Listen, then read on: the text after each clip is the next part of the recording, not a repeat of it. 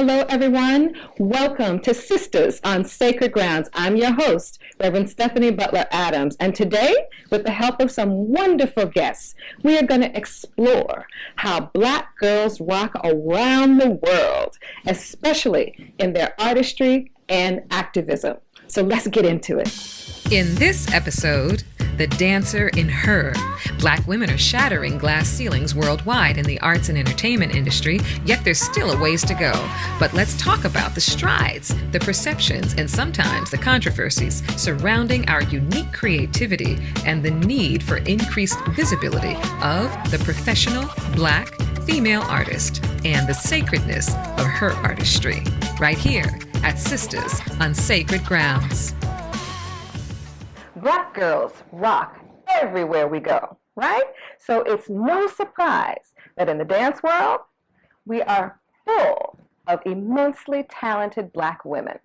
Icons like Fatima Robinson, Lorianne Gibson, Tina Landon, Misty Copeland, Camille A. Brown, and of course, the incomparable Debbie Allen. I mean, these are all names that have long been synonymous with greatness in the professional dance world.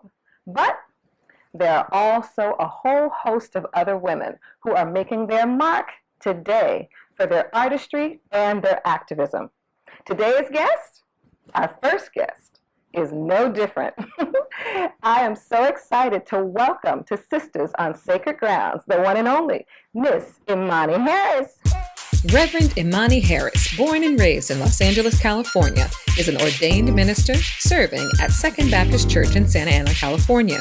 She is the youth minister and creative director. The sixth grade marked her genesis for the love of art and dance, where she received formal training from the late Paul Kennedy of Universal Dance Design and then went on to train at the Alvin Ailey Dance Academy in New York.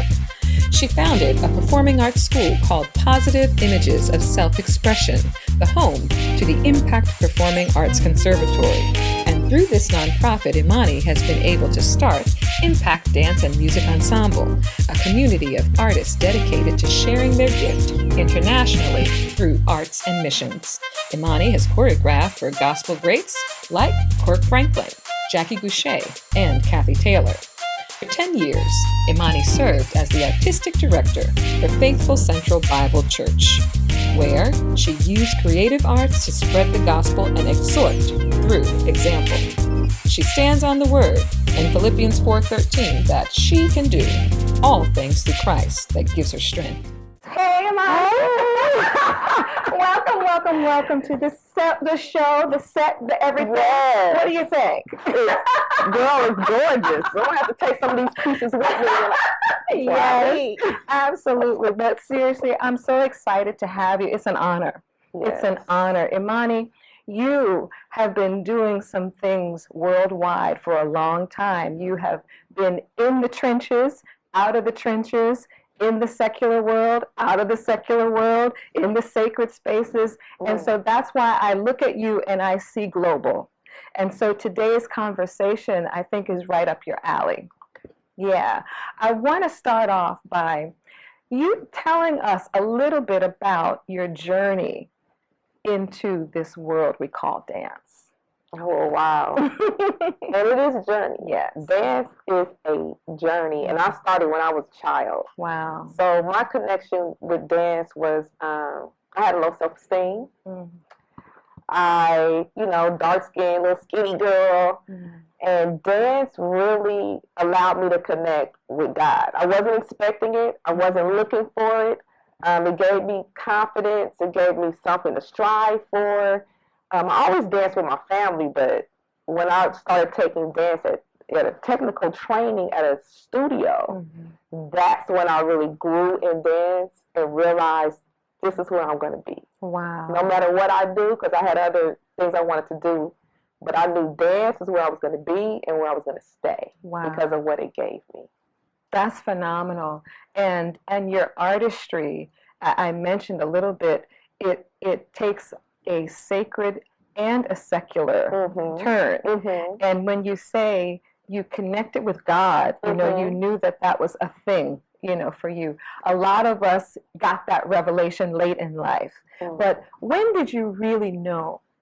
Around what age did you really know that there's this connection between you and spirit? I would say I was 16. Wow. I actually remember the moment. It was at a secular competition. I was doing a dance called Be a Lion, Stephanie Mills. Yes. Okay. I had this stick, everything. When I take the dress off, I don't know. When I did that dance, the room was still. Wow. And I didn't know what was happening. They didn't know what was happening. And that's when I was like, okay, this is way more than the physical, the beauty of the physicality of dance. From that point on, yeah. So at 16, you began to tap in to that spiritual part. I tapped in. And I'm sure that along the way, from 16 to now, you've encountered some things. You mentioned that as a skinny little dark-skinned black girl, coming up through dance, that's a lot of our testimony, okay? That's a lot of our testimony. And, there are issues still with representation of not just black women and sisters, but just, colorism is a thing, not only in the dance world, but in the entertainment industry overall. Can you recall any time that you have experienced that? Because, for my global audience, I know this happens globally, and in some countries, they deal with it deeper than others, with the light skin, the dark skin, the this, the that, the hair, all of that. Talk to us about what your experience has been with that. Well, I know with entertainment, image is everything. And who's ever creating the story, they determine what look they want. So I learned at a very, very early age that even if you didn't get a part or you didn't get a gig, it wasn't necessarily because you're not talented. Right. It's not necessarily because the person who got it is better than you. They're creating a story, and in their mind, they know what they want that story to look like. And a lot of times, because, it's getting better now. You see, all shades are beautiful. It's a lot better, I must admit. But at one time, the magazine covers, the image that represented beauty was lighter skin. The closer you were to Caucasian, is pretty much what signified beauty. And so if they were trying to go for a certain look, the beautiful dancer or this certain, then that's just what it was. But I'm just excited that it's changed. And I'm glad it's changed. I mean, not only for colorism, but shape, size, the big girls are doing out there. And I think that's a wonderful thing because, dance is a visual art, and people see what they see. But one of the things that we deal with at Sistahs on Sacred Grounds is self-care and self-image and body image and calling those things to the forefront. So I'm glad it's changed. I'm really glad it's changed. And speaking of, you mentioned the shape. Yes. I'm so glad it changed because when you see different shapes and sizes, people are able to see themselves. Yes. You're telling a story, and stories include everybody. Absolutely. And so I'm excited about that. I like that. Absolutely. Absolutely. So what would you say is your favorite genre of dance? Now, you set me. I know you do a lot with y'all. She does a lot. I've seen her do a lot of stuff. That's a hard one. I've seen you do it all. Yeah, the tap. Favorite genre? Oh, my goodness. Okay, if I had to pick one, I have to pick, you messing me up. Because I love West African dance, but I guess I'll pick modern. Okay. I'll pick modern. And why? I'll pick modern because you're able to tell stories. You're able to touch more people. It involves the different shapes and sizes and expressing oneself. And I actually use modern as a form of therapy, as a form of just dance therapy. It's easier. So I'll pick modern. So the mother of modern for me, Martha Graham. Okay. Martha Graham. when she created the technique contract and release, you know, I'm a Graham, you know, junkie. That was my technique that I grew up on. But when I say those two words to you today, in today's society, contract and release, what do you think about? I initially think about the life of hold and let go. Say that again for the sisters. I think of hold, tightness, but then let go. Being able to have balance. There's times where you have to put all your energy in something, but there's times where you need to release. So a lot of times we hold our breath, but then there's some times where we don't know how to let it go. Let it go. Let it go. And see, that is so, so wonderful. Listen, sisters, we're going to learn more about this whole releasing and liberating ourselves through the dance when we come back after this short break. Sisters on Sacred Grounds.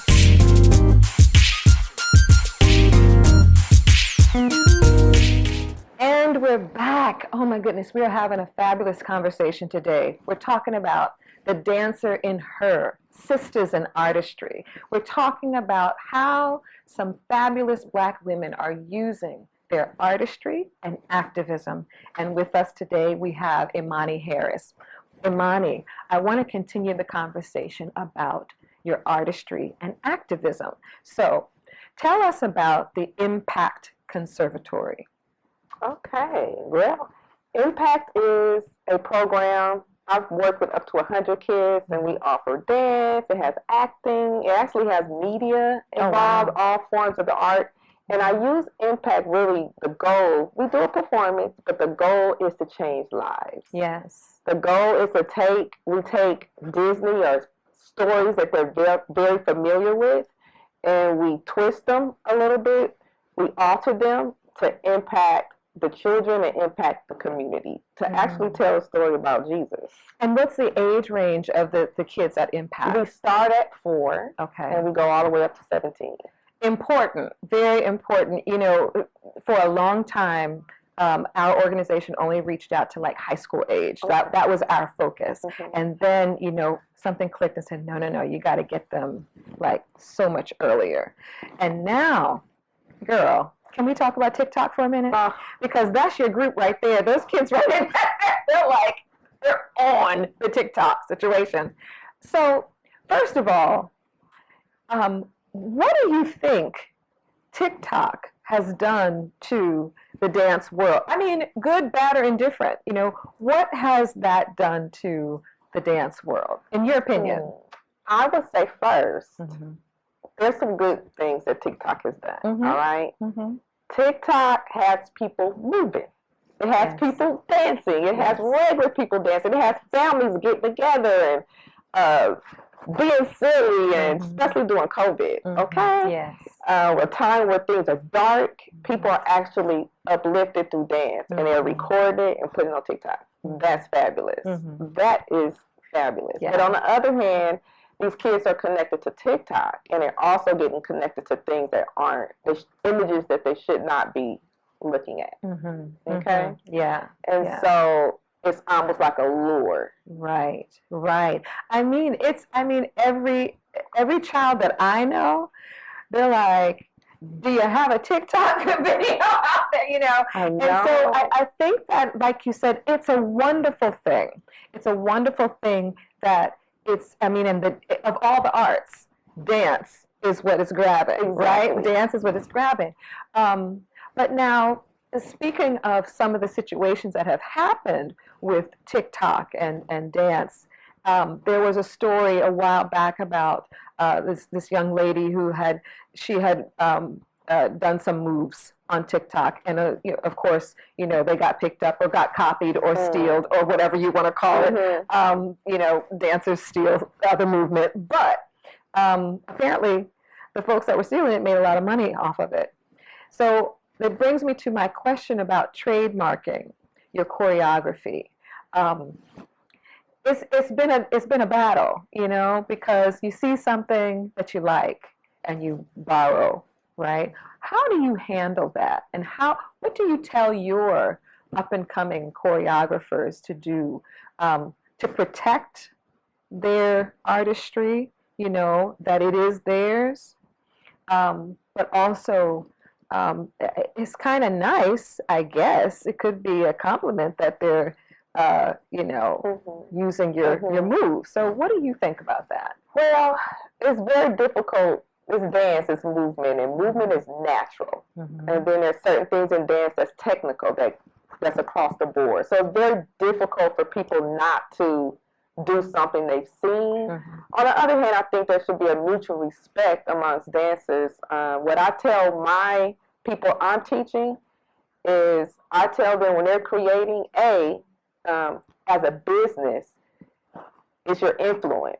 It's getting it out there. But I don't want, I've known dancers to not put their stuff out there because they didn't want somebody to steal it. Right. So now they're holding themselves back. Now they're not being seen because they're paranoid about somebody taking their choreography. And I don't think that's the approach. So I say, whatever you do, put it out there, do it well, and tell your story, because no one else can tell your story.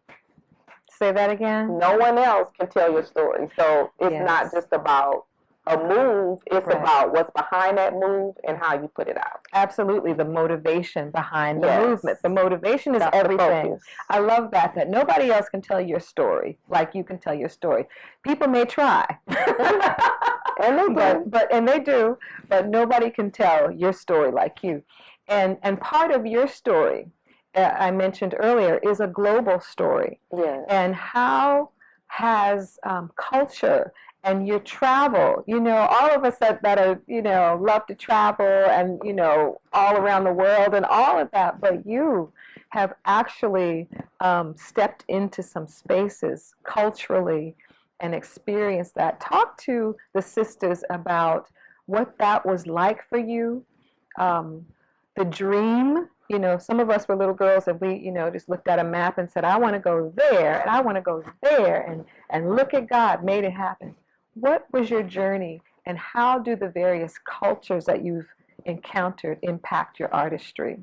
Well, I've been to Kenya, Machakos to be specific, and I had an opportunity to go there with the I Can Fly High School in Kenya that my friend established. And it's amazing. It's so amazing that I want to take other young people, young artists, to Africa so that they can experience the change. I got a chance to do that. Yes. So I want to get back to doing that. But it's not only are we going to teach them, but also they teach us, because it's so different. Even from a dance perspective, it's so different.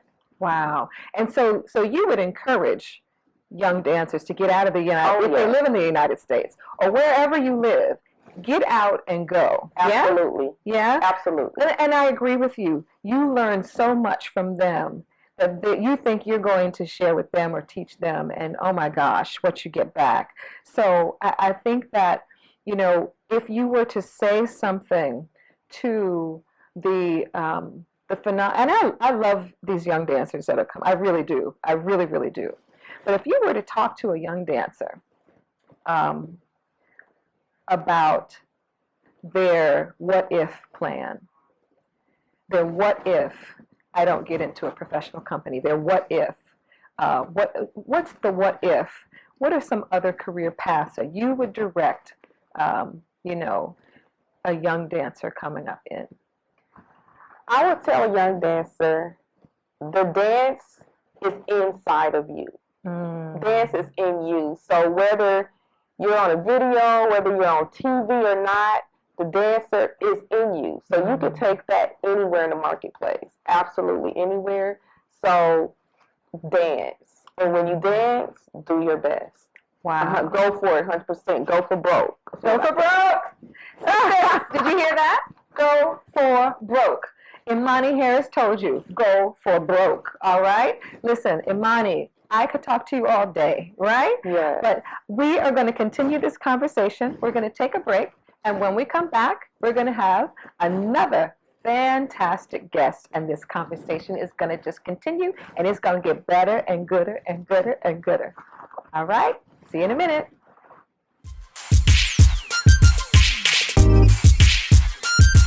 Sisters on Sacred Grounds.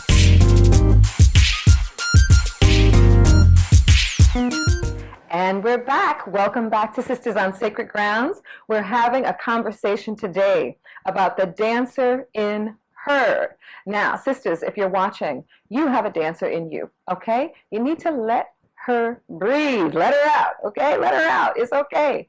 Now, we're continuing the conversation with my next guest, Tashara Gavin-Moorehead. Tashara Gavin-Moorehead is a professional dancer, choreographer, and dance educator currently based out of Los Angeles. Tashara graduated cum laude from Virginia Commonwealth University with a BFA in dance and choreography in 2008. And recently, she completed her MFA from California State University at Long Beach. In the last 14 years, she has danced with In Spirit Dance Company and VC Dance Theater in New York City, Deeply Rooted Dance Theater in Chicago, and the Lula Washington Dance Theater in Los Angeles. She's now in her 5th season with Pat Taylor's Jazz Antica Music and Dance Ensemble. Her independent work has been presented at the Orange County Emerging Choreographer Showcase and the Los Angeles Fringe Dance Festival. She's a huge advocate for dance education and has been teaching in public charter schools and community-based programs, grades K through 12 for many years. Passionate about her African ancestry and heritage, Tashara uses dance as a way to understand herself and her world. She's deeply committed to the continued fight for liberation and freedom for all people of the African diaspora. Welcome, welcome, welcome, welcome, Tashara. Thank you for having me. Thank you for being here. Yeah. I know you're a busy woman. Oh, You're out in these streets. I am. I'm trying to be less. Trying to embrace rest. Tashara, we're talking about sisters in artistry Yes. and using your artistry for activism, Yes. you know, for upliftment and Yes. all of those things I see when I see you. So you, let me just say, from one sister to another, you're doing a wonderful job.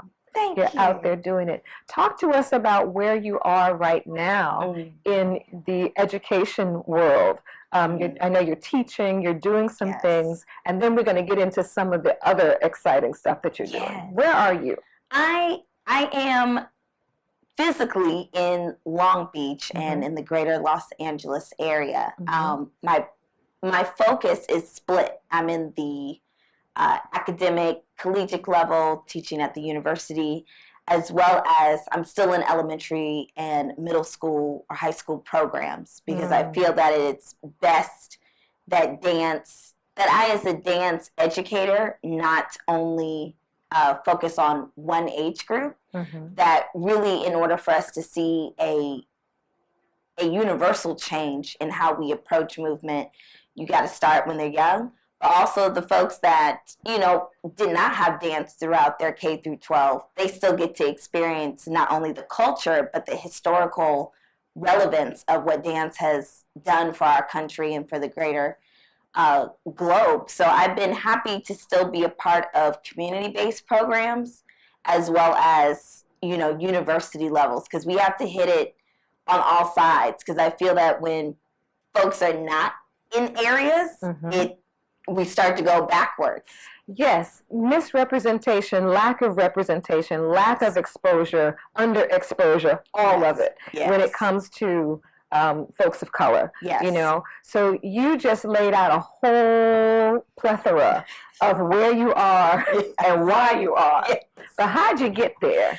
Talk to us about your journey into this arena. You know, I was fortunate and blessed enough that I think I'm like a lot of dancers where we came out dancing and enjoyed dancing with our family functions and community members. But my program in Virginia had a elementary, middle school gifted program for dance, and my mom put me in there. So I've had dance education specifically geared towards not just the physicality of dance, but also the historical relevance, knowing Catherine Dunham, knowing a Broadway like Fosse. I was getting educated on those types of knowledge and information starting in the 4th grade. And that has carried me out until I received my bachelor's from VCU and now my MFA from Cal State Long Beach. And so dance education, the totality of understanding, it is historical, it is physical, it is it's monumental to our understanding as a society. That I have been blessed enough to had since I was in the 4th grade. In the 4th grade. Yeah. So that journey for you started at a young age. Yeah. Some dancers, especially in these days, how they say it's never too late to learn. It's never too late. You know, there are some things that you will not be able to do as a young person versus a more seasoned mover. Absolutely. But on that journey, it sounds like you really did dig into the education part of it. And what I love about both yourself and Imani is that you're well-rounded, technically, you know, and spiritually, you know, which is where I want to go with the conversation a little bit because, you know, I think that those of us who have been trained technically and we have that revelation that there's something inside of us, the God in us is what moves us. I think I was a better dancer after I understood who I was with God. Talk to us about when you discovered that sacred part of you and connected it to your dance. I mean, when you bring up that question, I automatically think of my grandmother, Mary Ann, who I still have with me today. Growing up to stay with her in the summertime, she's Reverend as well, and my grandfather is, and sitting with her in the pulpit and watching, witnessing the Holy Spirit take her up and down that aisle, baby, ain't nobody. I'm like, when I see videos like you were saying with Imani, Tick-Tock videos, you know, children getting the Holy Spirit, you know, I think it's cute. I think it's gimmicky. But I witnessed the Holy Spirit at 5 and 6 years old. Like I was taken in awe, but you know, 'cause she's my grandmother. She not, you know, she got some knee injury. You know, like it's hard for her to move if she's not taken with the Holy Spirit.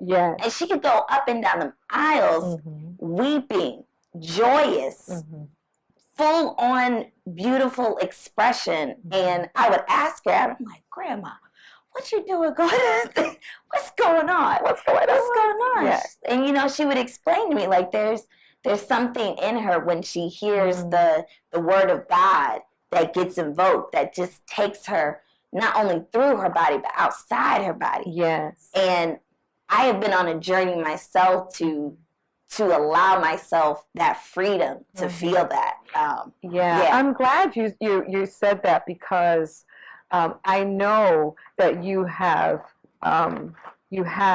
yourself in the secular, you know, performance world, but having a grounded belief in God, you know, which is not always looked upon, you know, in a positive light. Absolutely. You know, I want to talk about that. I want us to really talk about that aspect of those of us who are believers, and for those of you who are not believers, there is some spiritual part in you, you know, how you allow your artistry to connect with spirit, whatever spirit that you're dealing with, dealing with the Holy Spirit. But when we come back, we're going to get into that, all right?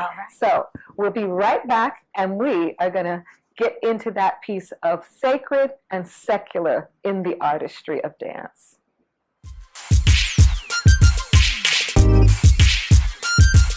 Sistahs on Sacred Grounds.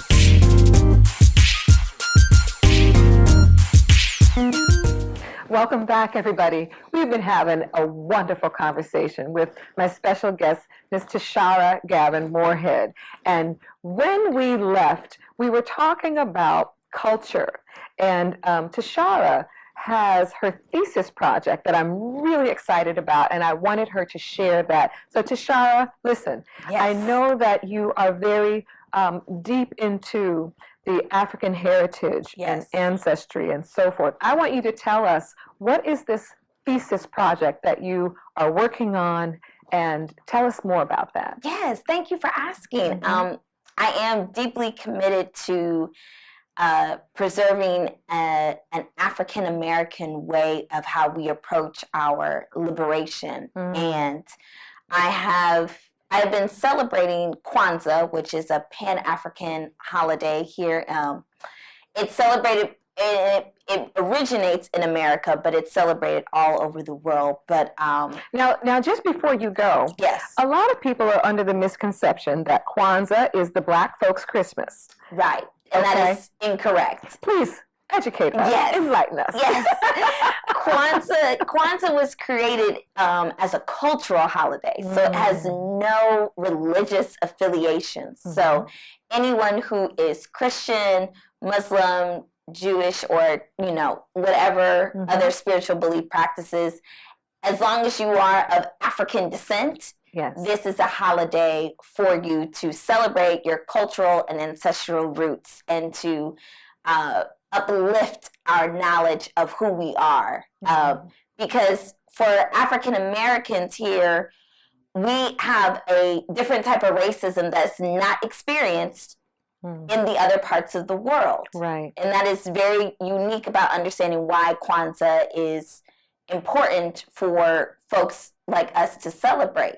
Because the racism that we have experienced in America not only meant we were not human, but we also were not looked at as citizens even once the Civil War happened. We were still not perceived as citizens or humans. So Kwanzaa is a way for us to take back our humanity as a people of African descent.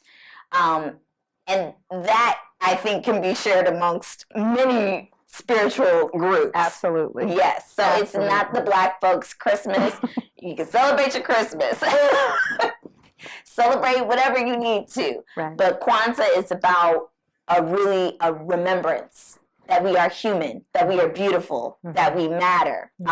It encompasses all of that. So throughout the 7 days that it takes place, there's these principles, and one of them is faith. Imani is the last day. And I believe through my thesis that I'm creating a method for us to use movement and the 7 principles, or the Nagunzo Saba, to help us embody those principles. I love that. I love it, and I can just envision them. So there's 7 principles, and you mentioned the one for Imani, and so you're utilizing your artistry. What I'm assuming it's through dance that you are dancing about these principles. Yes. Talk to us about one that we could do. How could the sisters that are watching, who understand Kwanzaa, who want to celebrate Kwanzaa, how could we embody that? It through movement. What could we do? Yes. So for the first principle, umoja, or unity, what you can do is remember a time when you've had unity in your life amongst your community or your family. When is a time that you felt togetherness and harmonious? Then create a gesture from that memory. And maybe your gesture is unity. But also to dig deeper into that, when was a time that you did not feel unity in your family or your community? When is the time that things were displaced and disconnected? Create a gesture for that. And then start to create what is the through line from getting from no umoja, no unity, to unity, and creating that story for yourself. That's powerful. I mean, Tashara, that is it's so simple. It's so simple. It's just a simple gesture or a sign that it's almost. We like to talk affirmations. It's almost an affirmation. It's affirming, to me and to those who see it.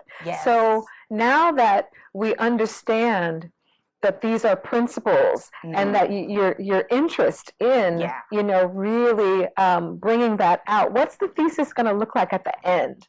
Like, what's the end result of what you're hoping for? Yeah, I did do my film, and it was called A Return to Spirit.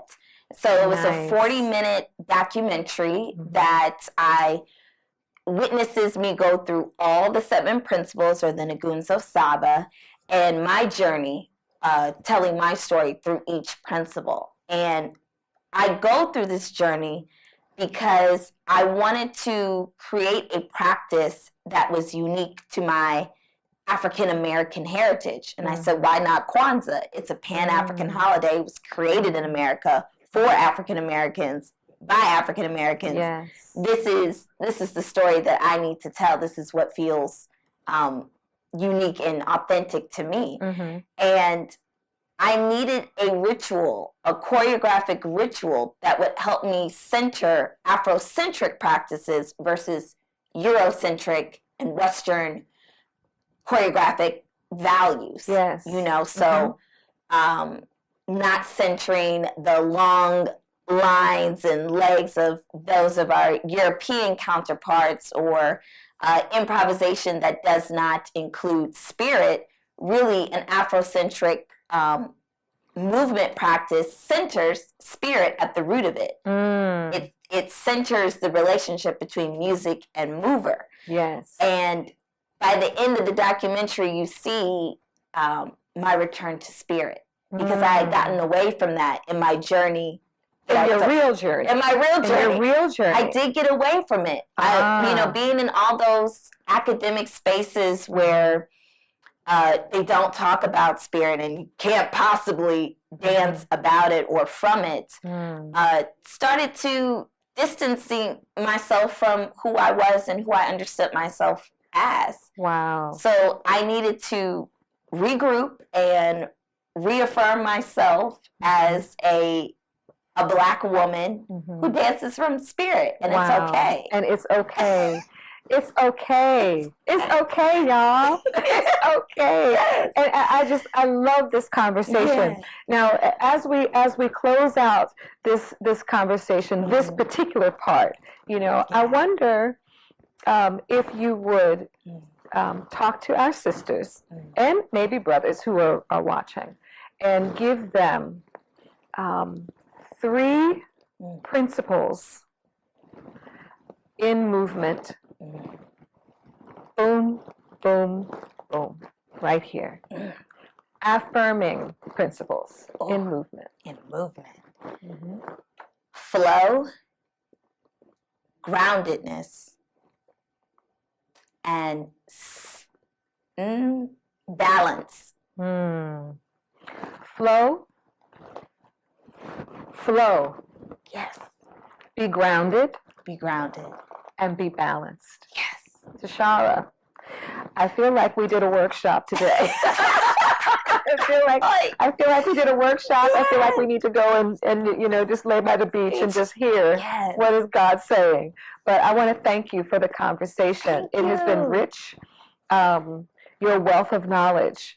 And we hope that you come back and join us at Sisters on Sacred Grounds. We love having you. Yes. We love having you. I loved it here. Thank you so much. Absolutely.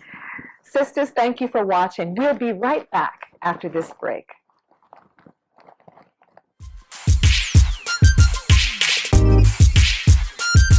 Sisters on Sacred Grounds.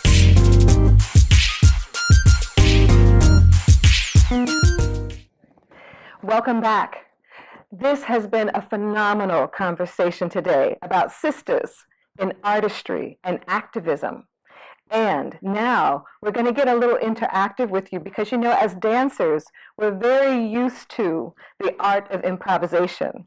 And in fact, dancers collaborate improvisationally just because, right? And so I want you to experience not just the conversation of our wonderful guests, but the artistry and how we also take movement and dance and use it to build sisterhood. So I'm going to be reading an excerpt from one of my favorite poets, Margaret Walker. and they don't know what I'm going to read. Okay, this was not rehearsed. But I'm going to invite Imani and Tashara to move as they feel led to move and just see what happens. All right? Let a new earth arise. Let another world be born. Let bloody peace be written in the sky. Let a new earth arise. Let another world be born. Let a bloody peace be written in the sky. Let the second generation, full of courage, issue forth. Let the second generation, full of courage, issue forth. And let a people who love freedom, let a people who love freedom come to growth. Rest. My grandmothers are full of memories. My grandmother is full of memories. I said my grandmother is full of memories. Smelling soap, wet clay, and onions, veins rolling, rough over the quickness of her hands. I said my grandmother is full of memories, smelling soap, onions, and wet clay, with veins that roll roughly over the quickness of her hands. They have many clean words to say, my grandmother does. My grandmothers were strong. Rest. The poetry of a people comes from the deep recesses of the unconscious. The poetry of a people comes from the deep recesses of the unconscious, the irrational, and the collective body of our ancestral memories. The poetry of a people comes from the deep recesses of the unconscious, irrational, collective bodies of ancestral memories. Rest. When I was 8 years old, I decided that the most wonderful thing next to being a human was a book. When I was 8 years old, I decided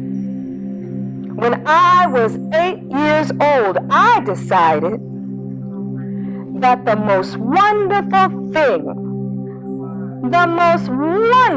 thing next to a human was a book. Rest.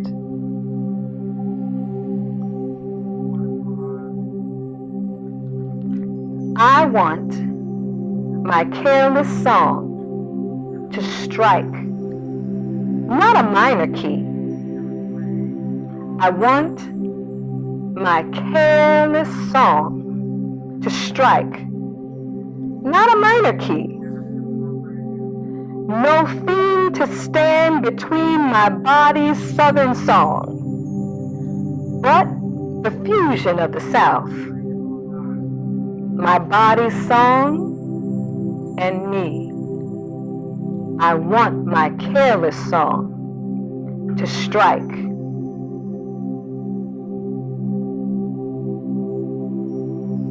Rest. We'll be right back.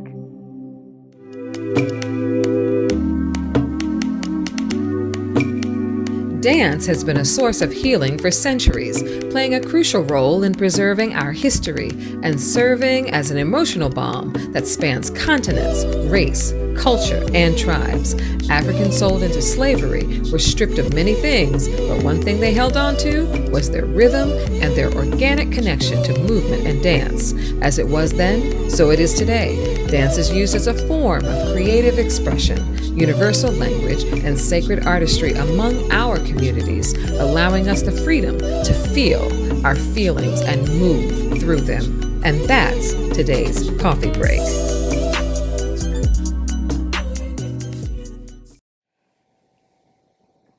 Welcome back, everybody.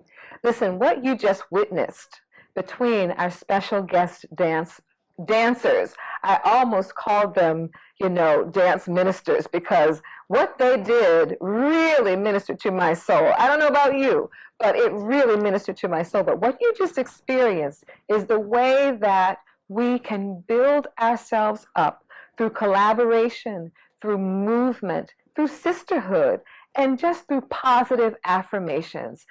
Those are things that we can do not even in front of a camera. We can do them in the privacy of our own home. So listen, this conversation doesn't stop here. We're dealing with the dancer in her or the dancer in you. We're dealing with the fact that sisters in artistry have so much to offer our communities, our nation, the world. And so we want you to join us on our social media platforms. Follow us because we're going to ask you some questions about this episode. What did you see? What did you hear? What did you think about what we talked about today concerning artistry and activism? And how might you be able to get involved? We want you to join us. So visit us again, Sisters on Sacred Grounds, on our Facebook page, Sisters on Sacred Grounds on Instagram. And make sure that you tell a sister to watch and enjoy the next Sisters on Sacred Grounds. Thank you so much for taking time out of your very busy, I'm sure, schedule, wherever you are. Do this for me. Stay safe, be well, and stay beautiful. Bye.